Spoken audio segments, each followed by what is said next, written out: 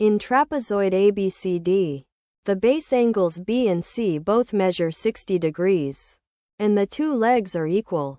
AB equals DC. Every side length is a positive integer, and the perimeter is 30 units.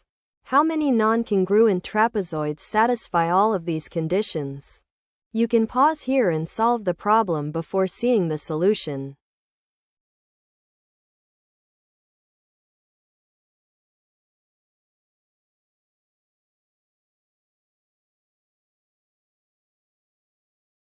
Let the two equal legs have length L, and let the shorter, top parallel side have length A. Because each base angle is 60 degrees, each leg leans in by a horizontal amount of L times the cosine of 60 degrees, which is L over 2. The bottom side is the top side plus those two horizontal pieces.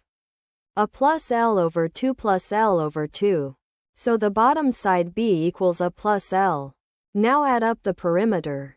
The top A, the bottom A plus L, and the two legs, 2L. That is 2A plus 3L.